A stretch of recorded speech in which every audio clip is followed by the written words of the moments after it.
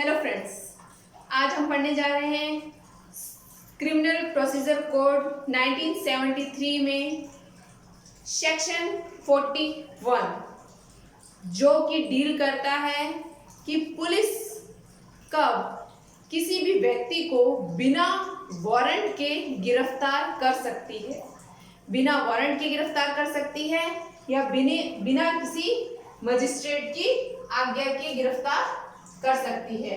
When a police officer arrests a person without a warrant या without a permission of a magistrate, तो यहाँ पर आज हम ये देखने वाले हैं। सेक्शन 41 में ये बताया गया है। सेक्शन 41 अपने आप में बहुत ही इम्पोर्टेंट सेक्शन है और प्रैक्टिकली भी ये बहुत ही इम्पोर्टेंट सेक्शन है, ना केवल एग्जाम के पर्पज से, इसके अलावा प्रैक्टिकली भी बहुत इम्पोर्टेंट है। तो कब कब ऐसी सिचुएशन आती है जब पुलिस बिना वारंट के भी किसी व्यक्ति को गिरफ्तार कर सकती है। नॉर्मल बात ये रहती है कि साधारण सिचुएशन ये होती है कि किसी भी व्यक्ति को बिना वारंट के या बिना मजिस्ट्रेट की आज्ञा के गिरफ्तार नहीं किया जा सकता। ऐसे ही कि चलते किसी व्यक्ति को गिरफ्तार करके अंदर बिठाया नहीं जा सकता कि नहीं चलो आप तो अंदर चलिए, ऐसा नहीं होता है। पर ऐसा कब होगा? ऐसी कौन कौन सी कंडीशन है जहां पर मजिस्ट्रेट की आज्ञा के बिना या बिना वारंट के इशू किए भी किसी व्यक्ति को गिरफ्तार कर सकती है पुलिस? ये पुलिस के पास में एक स्पेशल पावर होती है। सेक्शन 41 हुआ, ये पुलिस वालों के पास एक स्पेशल पावर है। उसी तरीके से सीआरपीसी यानी कि क्रिमिनल प्रोसीजर कोड में सेक्शन 151 यानी कि 151 भी पुलिस वालों को एक अलग ही पावर देती है। वहां पर भी कुछ इस तरीके की पावर है कि बिना वारंट के भी किसी व्यक्ति को गिरफ्तार किया जा सकता है। किस लिए? इस संदेह पर कि वो कोई अपराध करने वाला है। ऐसा कई बार हो भी जाता है कि इस सेक्शन का मिसयूज भी किया जाता है कि बिना किसी रीजन के ही किसी व्यक्ति को उठाकर अंदर बिठा दिया जाता है कि हमें शक है कि ये कोई क्राइम करने वाला है। इसका कई बार मिसयूज भी होता है। तो आज हम जो देखने वाले हैं कि कब बिना वारंट के किसी व्यक्ति को गिरफ्तार किया जा सकता है। सेक्शन 41 अपने आप में बहुत बड़ा सेक्शन है। इसमें अमेंडमेंट होने के बाद में इसके साथ में क्लॉज ABCD भी ऐड किए गए हैं। हम सेक्शन 41 पढ़ेंगे जहां पर ये दिया है कि बिना वारंट के कब गिरफ्तार किया जाएगा। तो कब गिरफ्तार करेंगे? सबसे पहला तो क्या है? संज्ञेय अपराध किया है। अगर किसी व्यक्ति ने संज्ञेय अपराध किया है तो वहां पर उसको बिना वारंट के भी गिरफ्तार किया जा सकता है। कब? जब उसने संज्ञेय अपराध किया है। अब संज्ञेय यानी कि कॉग्निजेबल और नॉन कॉग्निजेबल क्या है, ये हम अपने वीडियोस में पहले भी पढ़ चुके हैं। ये अगर आपको देखना है तो आप मेरी CRPC की प्लेलिस्ट में जाके इसको देख सकते हैं। हमने इन दोनों को कवर कर लिया था, दोनों में क्या अंतर है ये भी देख लिया था, कहाँ कहाँ इनकी डेफिनेशन दी गई है ये भी हम पढ़ चुके हैं। तो सबसे पहला पॉइंट क्या आता है कि अगर संज्ञेय अपराध किया है तो पुलिस बिना किसी वारंट के भी उस व्यक्ति को गिरफ्तार कर सकती है। सेकंड क्या आता है? अगर किसी अपराध के बारे में कोई परिवाद आया हो, कंप्लेंट और FIR हम इसको भी पढ़ चुके हैं। सेम आप मेरी प्लेलिस्ट में जाके उसे भी देख सकते हैं। तो अगर कंप्लेंट में कोई ऐसे अपराध के बारे में जानकारी दी गई है कि कोई युक्तियुक्त सूचना दी गई है कि किसी व्यक्ति ने 7 वर्ष या उससे कम तक का कोई संज्ञेय अपराध किया है, 7 वर्ष या उससे कम का कोई संज्ञेय अपराध किया है, तो उस अपराध की आशंका में उस व्यक्ति को अरेस्ट किया जा सकता है। अब कब कब किया जाएगा? उस अपराध करने से निवारित करने के लिए, यानी कि वो कहीं और कोई क्राइम ना कर बैठे और कोई अपराध ना कर बैठे हो। यहाँ पे क्या है? युक्तियुक्त आशंका के आधार पर है। युक्तियुक्त आशंका थी तो उस व्यक्ति को अपराध से निवारित करने के लिए, यानी कि उसे रोकने के लिए, ताकि वो अपराध ना कर सके, उसको गिरफ्तार किया जा सकता है। सेकंड है अन्वेषण के लिए, इन्वेस्टिगेशन के लिए भी किसी व्यक्ति को गिरफ्तार किया जा सकता है कि उस व्यक्ति से कुछ पूछताछ करनी है और इस कारण से भी उस व्यक्ति को गिरफ्तार किया जा सकता है। किस व्यक्ति को? जिसपे युक्तियुक्त आशंका की बात चल रही है, उस व्यक्ति की बात हो रही है। थर्ड पॉइंट इसी का क्या है?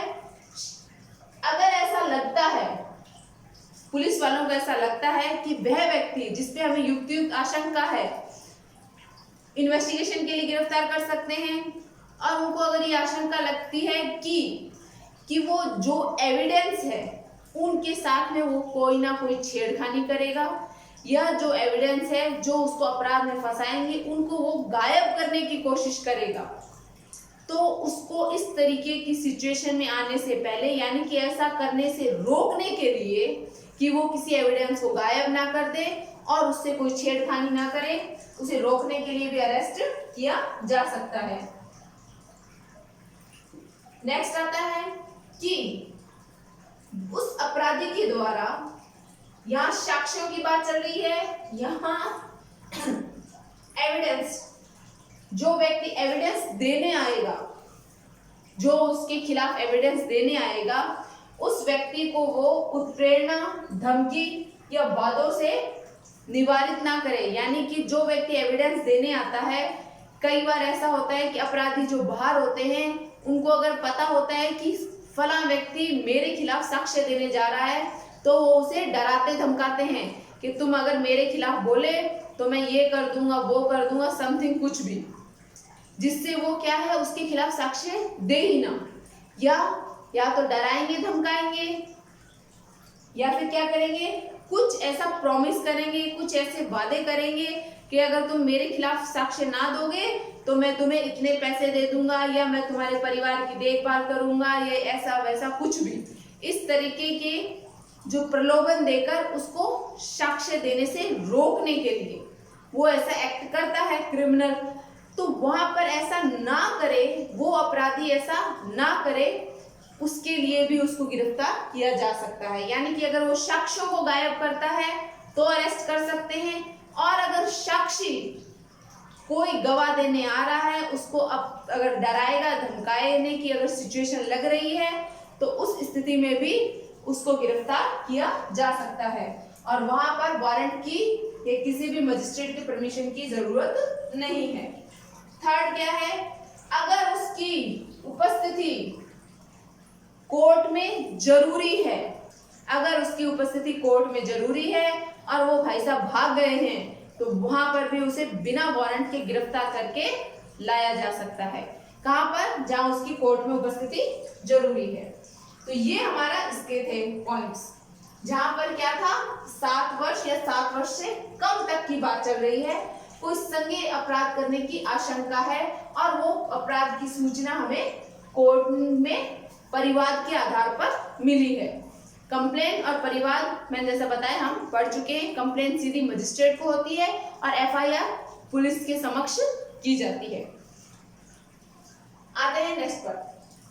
अगर 7 वर्ष से अधिक का कोई संज्ञेय अपराध किया है, 7 वर्ष या तक की तो बात वहां हो चुकी, 7 वर्ष से ऊपर का या कोई मृत्युदंड या आजीवन कारावास से रिलेटेड कोई भी अगर क्राइम किया है किसी व्यक्ति ने, तो उस व्यक्ति को गिरफ्तार किया जा सकता है। वहां पर भी वारंट की आवश्यकता नहीं है।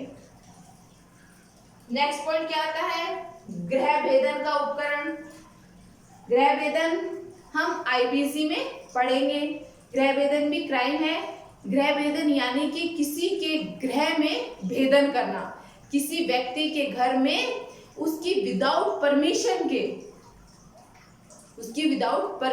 के रास्ते से जाना जो एक्चुअल में आने के लिए नहीं बनाया गया है।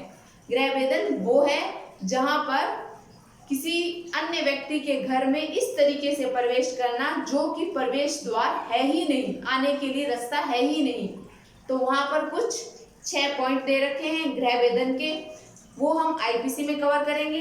पर अगर कोई व्यक्ति गृह भेदन का उपकरण लेते हुए मिल गया है तो वहां पर भी पुलिस उसको गिरफ्तार कर सकती है। सपोज इट, मैं रात को 2-3 बजे घूम रही हूँ और चाबियों का इतना सारा गुच्छा लेके जा रही हूँ। अब पुलिस हमें रास्ते में मिल गई, उन्होंने पूछा कहाँ जा रहे हो भाई, और जब चेक किया तो इतना सारा गुच्छा मिला। तो वो क्या काम जा रहे हो, रात के 2-3 बजे आप इतने चाबियों का गुच्छा लेके कहाँ जा रहे हो? तो वहां पर शक क्या पैदा होगा कि जरूर ये किसी के घर का ताला तोड़ेगी, किसी के घर का ताला तोड़ेगी तो वहां कुछ चोरी या कोई ना कोई क्राइम जरूर करेगी। तो वहां पर उसको उस शक की बिना पर, जहां पर उस पर गृह भेदन का कोई अगर उपकरण मिल गया है तो उस शक की बिना पर उसको गिरफ्तार किया जा सकता है। नेक्स्ट पॉइंट आते हैं, उद्घोषित अपराधी हो, जहां कोर्ट ने कह दिया है कि ये अपराधी है, यानी कि उसकी उद्घोषणा कर दी गई है। जैसा कि आपने कुछ पुरानी मूवीज में देखा होगा कि वो बीच रास्ते में जाकर कुछ बोल जोर जोर से बोल के कहते हैं कि फला फला व्यक्ति यहाँ इसने ये अपराध किया है जो कि फरार है, ये उद्घोषित अपराधी हो चुका है। तो वहां पे उद्घोषणा कर दी जाती है उस अपराधी के बारे में। वो उद्घोषित अपराधी अगर कहीं होता है तो उसको भी गिरफ्तार किया जा सकता है। अभी हम इसके अलावा आगे कंटिन्यू इसको और करते हैं।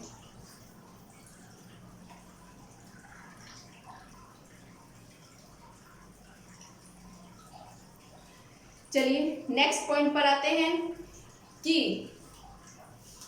अगर किसी व्यक्ति के पास में चुराई हुई संपत्ति का संदेह हो, अगर पुलिस को लगता है कि इस व्यक्ति के पास में चुराई हुई संपत्ति मिली है तो श्योरली इसने कहीं चोरी की होगी, तो इस बिहाफ पर भी पुलिस बिना वारंट के उसको गिरफ्तार कर सकती है। अगर किसी व्यक्ति के पास में चुराई हुई संपत्ति होने का संदेह हो तो। नेक्स्ट पॉइंट आता है, पुलिस के कर्तव्य पालन में बाधा पहुंचाता हो। फिलहाल ये पॉइंट हमको देखने में बहुत मिल रहा है। कोरोना काल में आप देख रहे हैं कि पुलिस जगह जगह जाकर रोक लगाती है, कोई सूचना देती है तो वहां पर जनता उसका, कुछ जगह पर जनता उनका विरोध भी करती है, और वो जो अपनी ड्यूटी निभा रहे हैं उनको ड्यूटी की निभाने में उनको क्या कर रही है, उनको बाधा पहुंचा रही है, उनको बैरियर एज ए बैरियर उनको काम करने से रोक रही है। तो वहां पर जब वो बाधा पहुंचा रही है, उनको अपना ड्यूटी करने से रोक रही है पुलिस वालों को, तो पुलिस बिना किसी मजिस्ट्रेट की आज्ञा के और बिना किसी वारंट के उसी वक्त उनको गिरफ्तार कर सकती है। जहां पुलिस वालों को उनको कर्तव्य पालन करने में वो बाधा पहुंचाएंगे तो वहां पर भी गिरफ्तार किया जा सकता है। नेक्स्ट है इसका कि अगर पुलिस की अभिरक्षा में कोई व्यक्ति है जो क्या है, निकल भागा है या भागने का प्रयास कर रहा है। अगर पुलिस की कस्टडी में कोई व्यक्ति है, कोई अपराधी है, और अगर वो भागने का प्रयास कर रहा है या भाग चुका है तो उसको भी पकड़ने के लिए पुलिस बिना किसी वारंट के उसको गिरफ्तार कर सकती है। तो यहाँ हमने देख लिया, अगर बाधा पहुंचाता हो या कोई उसकी अभिरक्षा से, पुलिस की अभिरक्षा से निकल भागा हो या भागने का प्रयास कर रहा हो तो उस व्यक्ति को भी पुलिस बिना किसी वारंट के गिरफ्तार कर सकती है। नेक्स्ट पर आते हैं, सशस्त्र बलों में से किसी के अभित्यजन होने का अगर उचित संदेह हो रहा है तो वहां पर भी उस व्यक्ति को गिरफ्तार किया जा सकता है। भारत के बाहर से दंडनीय अपराध अगर कोई व्यक्ति करता है और उस व्यक्ति से प्रत्यर्पण विधि, उस देश से प्रत्यर्पण विधि अगर है तो उस व्यक्ति को भी पकड़ने के लिए बिना वारंट के भी पुलिस उसे गिरफ्तार कर सकती है। अगर वो कहीं पाया जाता है तो उसे बिना किसी वारंट के गिरफ्तार किया जा सकता है।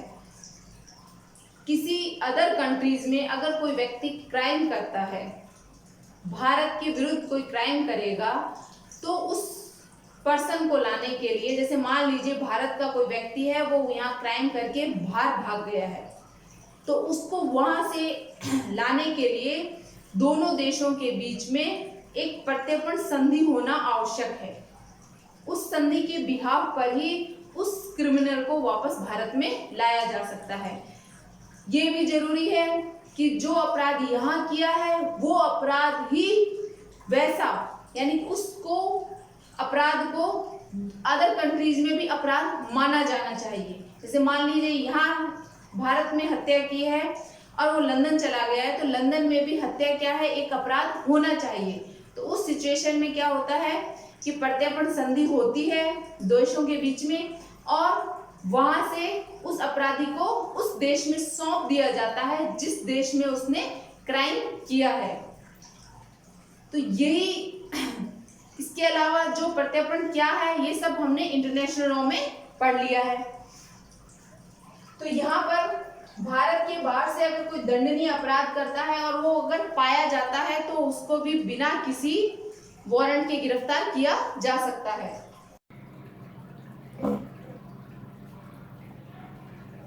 नेक्स्ट पॉइंट आता है हमारा सिद्ध दोष होते हुए सेक्शन 356 के क्लॉज 5 का अगर कोई उल्लंघन करता है तो 356 का क्लॉज 5 सेक्शन सीआरपीसी में दिया हुआ है। ये चैप्टर आपका जो जजमेंट है उसमें से लिया गया है। जजमेंट में जहां किसी व्यक्ति को सिद्ध दोष ठहरा दिया जाता है तो उसके ऊपर कुछ बाउंडेशन भी लगा दी जाती है। तो इस क्लॉज में ये बाउंडेशन थी कि अगर आपका कोई निवास स्थान या रहन की जगह है वो अगर बदलती है तो आप उसकी इंफॉर्मेशन पुलिस में या न्यायालय में दोगे। तो यहाँ पर पॉइंट नंबर 9 में अगर वह सिद्ध दोष व्यक्ति उस जो अपना स्थान बदला है, जो निवास स्थान उसने बदला है, अगर उसकी इंफॉर्मेशन नहीं देता है या अपनी उस ड्यूटी का वो उल्लंघन करता है तो उसको बिना वारंट के गिरफ्तार किया जा सकता है। पॉइंट नंबर 9 हमारा यही बताता है कि सिद्ध दोष होते हुए भी सेक्शन 356 के क्लॉज 5 का उल्लंघन होने पर भी पुलिस बिना वारंट के गिरफ्तार कर सकती है। अब आता है नेक्स्ट पॉइंट, अन्य पुलिस अधिकारी की से अध्यपेक्षा प्राप्त हो। तो अन्य पुलिस अधिकारी से अध्यपेक्षा का क्या मतलब हुआ? इसका अर्थ ये हुआ कि मान लीजिए क्राइम करके कोई व्यक्ति कहीं और भाग गया हो, उस जगह से मान लीजिए दिल्ली में किसी ने क्राइम किया और वो मुंबई भाग गया हो, पुलिस को कहीं से सूचना मिलती है कि वो व्यक्ति, वो अपराधी है, वो मुंबई में है। अगर उनको ये भी शक होता है कि अगर वो वहां तक पहुंचेंगे तब तक वो अपना स्थान बदल चुके होंगे और वो मुंबई भी छोड़कर कहीं और चले जाएंगे, तो इसलिए दिल्ली पुलिस मुंबई पुलिस को क्या कहेगी कि आप उस व्यक्ति को अरेस्ट कर लीजिए, उस अपराधी को अरेस्ट कर लीजिए क्योंकि उसने यहाँ पे अपराध किया है। तो यहाँ पर पुलिस बिना वारंट के गिरफ्तार कर सकती है। किसी अन्य पुलिस की अध्यपेक्षा पे किसी दूसरे पुलिस वालों के द्वारा जो गिरफ्तारी है वही इस पॉइंट में बताया गया है। यहाँ पर अन्य पुलिस अधिकारी की अध्यपेक्षा पर अगर कोई सूचना होती है तो वहां पर भी पुलिस बिना वारंट के गिरफ्तार कर सकती है। तो ये है हमारे सेक्शन 41। सेक्शन 41 हमारा यही ग्राउंड्स बता रहा है। पूरे ग्राउंड्स इसमें वही बताए गए हैं जहां पुलिस बिना वारंट के गिरफ्तार कर सकती है। अब हम आते हैं सेक्शन 42 पर। 42 में भी कुछ पॉइंट्स, 2 पॉइंट्स ऐसे हैं जहां पर पुलिस बिना वारंट के गिरफ्तार कर सकती है। पहला पॉइंट कौन सा है? संज्ञेय अपराध अगर उपस्थिति में संज्ञेय अपराध करता है तो वारंट के बिना गिरफ्तार कर सकते हैं। ये हमने सेक्शन 41 में पढ़ लिया था। अब आती है सेक्शन 42 में। सेक्शन 42 में क्या लिखा है कि यदि कोई अपराध जो कि असंज्ञेय है यानी कि नॉन कॉग्निजेबल है और पुलिस अधिकारी के समक्ष कर दिया जाता है, यानी कि उसकी उपस्थिति में उसके सामने अगर कोई असंज्ञेय अपराध भी कर दिया जाता है तो पुलिस बिना वारंट के गिरफ्तार कर सकती है। पुलिस वाले के सामने एक व्यक्ति दूसरे व्यक्ति को थप्पड़ लगा देता है या एक डंडे से मार देता है, तो ये क्या है? नॉन कॉग्निजेबल ऑफेंस है। तो यहाँ पर पुलिस उसी समय तुरंत उसको बिना किसी वारंट के, बिना मजिस्ट्रेट की परमिशन के उसे अरेस्ट कर सकती है। नेक्स्ट क्या है? नाम व पता बताने से इनकार करने पर पुलिस को यदि किसी पे संदेह है तो पुलिस उसको पूछेगी कि आपका नाम क्या है, आपका पता कहाँ है, आप कहाँ के रहने वाले हो, और अगर वो अपना नाम पता नहीं बताता है या नाम पता गलत बताता है तो उन दोनों ही कंडीशन में पुलिस बिना वारंट के उसे गिरफ्तार कर सकती है। सेक्शन 42 में ये 2 पॉइंट्स दिए हुए हैं। तो सेक्शन 41, 42 हमने वो सभी ग्राउंड्स देख लिए हैं जहां पर पुलिस बिना वारंट के गिरफ्तार कर सकती है। अब सेक्शन 151, सेक्शन 151 दिया हुआ है जहां पर क्या है? 151 पुलिस को कुछ एक्स्ट्रा पावर दी गई है। क्या पावर? यहाँ पर पुलिस संदेह के आधार पर कि ये व्यक्ति कोई ना कोई अपराध करेगा, उस संदेह के आधार पर उसी समय उस व्यक्ति को गिरफ्तार कर सकती है जहां उसे लगता है कि ये व्यक्ति या फला व्यक्ति कोई ना कोई अपराध कर सकता है या उसने कोई अपराध किया होगा। तो संदेह के आधार पर पुलिस 151 का यूज करके उसे अरेस्ट कर सकती है। मैंने बताया था कि इस सेक्शन का बहुत बार क्या होता है कि मिस यूज भी कर लिया जाता है। पुलिस बिना किसी रीजन के कई बार अरेस्ट करके बिठा लेती है, तो इसका मिसयूज भी होता है। पर कुछ ऐसी पावर पुलिस वालों को देनी भी आवश्यक होती है, क्योंकि अगर कोई अपराध हो रहा है और ऐसा लग रहा है कि वो अपराधी है, वो अपराध कर सकता है, तो जब तक मजिस्ट्रेट की परमिशन मिलेगी और वारंट इशू होगा तब तक हो सकता है क्राइम कमिट हो चुका हो। अभी सिर्फ संदेह है कि ऐसा करने वाला है और उसके बाद तक वो क्राइम ही कमिट हो, तो संदेह के आधार पर भी अरेस्ट किया जाना यहाँ है, सेक्शन 151 में किया जाता है। तो ये हमने सेक्शन 41, 42 और 151 पुलिस बिना वारंट के कब गिरफ्तार कर सकती है देख लिए हैं। उम्मीद करती हूँ आपको सभी ग्राउंड समझ में आ गए होंगे। तो आज की क्लास हमारी यहीं ऑफ होती है। मिलते हैं नेक्स्ट टॉपिक में। आज के लिए धन्यवाद। अगर आपको मेरी क्लासेस अच्छी लगे तो प्लीज़ लाइक कीजिए, शेयर कीजिए और सब्सक्राइब कीजिए। Thank you.